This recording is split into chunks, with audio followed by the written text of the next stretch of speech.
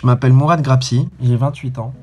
D'un voyage interculturel grâce à l'association Yes Academia en Inde, je me suis présenté à une formation pour devenir infirmier à la Croix-Rouge de Paris, pour pouvoir plus tard travailler dans l'humanitaire ou bien éventuellement dans l'interculturel, si possible. En tant que bénévole une première fois et coordinateur de projet une deuxième fois, ça m'a complètement ouvert l'esprit sur beaucoup de choses. J'ai eu la chance de rencontrer des personnes qui étaient non-croyantes, des personnes agnostiques, la famille avec laquelle j'ai pu échanger pendant 2 mois, dormir, manger avec eux, passer de très bons moments, et qui étaient de religion hindoue, est devenue complètement, mais véritablement ma deuxième famille, en espérant retourner en Inde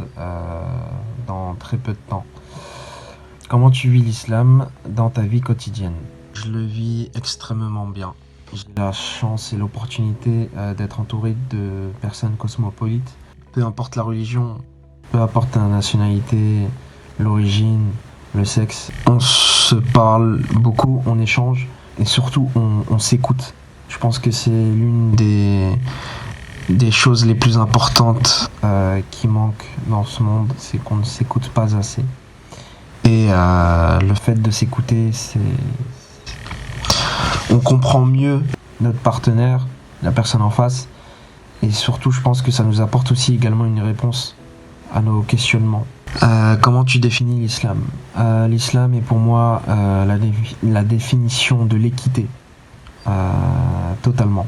Il n'y a pas de jugement, peu importe la couleur de peau, peu importe le sexe, peu importe l'origine, la nationalité. Il n'y a pas de jugement quand on est musulman.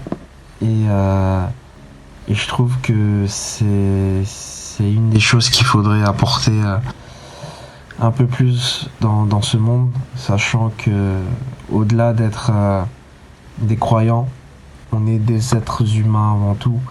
Et je pense que certains, voire même beaucoup, l'oublient ces derniers temps, malheureusement. Qu'est-ce que tu penses du problème de la radicalisation parmi certains jeunes musulmans? Encore une fois, personnellement, j'ai la chance d'avoir grandi dans un environnement cosmopolite, d'avoir eu pour ma part, une très bonne éducation.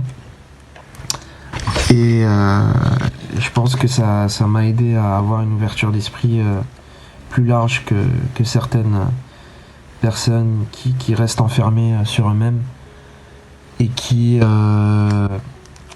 font des jugements, des menaces sur internet, qui sont malheureusement parfois aussi alimentés par les médias que l'on regarde 24 heures sur 24, 7 jours sur 7.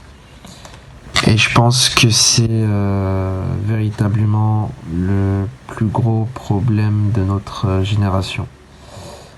C'est que on n'éduque pas assez dans ce sens-là. L'éducation religieuse, mais l'éducation humaine également. Et c'est aussi le rôle des politiques qui malheureusement jouent sur ça, sachant que beaucoup de détracteurs, des personnes qui ont des intentions malsaines, jouent avec les jeunes et en profitent malheureusement. Et je pense que c'est aux personnes qui, comme nous, de montrer le bon exemple, de dire que non, ok, la personne en face de toi a fait un mal, mais on combat pas le feu par le feu. Je pense qu'il y a d'autres moyens de régler les problèmes. Malheureusement, certains choisissent la facilité. Qu'est-ce que tu fais pour supporter ta communauté? Comme je le disais dans la question précédente, je pense que la meilleure façon de supporter une communauté, et particulièrement, enfin, pour ma part, la religion musulmane, c'est d'avoir le bon comportement. Quand certains se radicalisent, je pense qu'il faut avoir le comportement d'un être humain, tout simplement. Même si en face de nous, on a une personne qui haït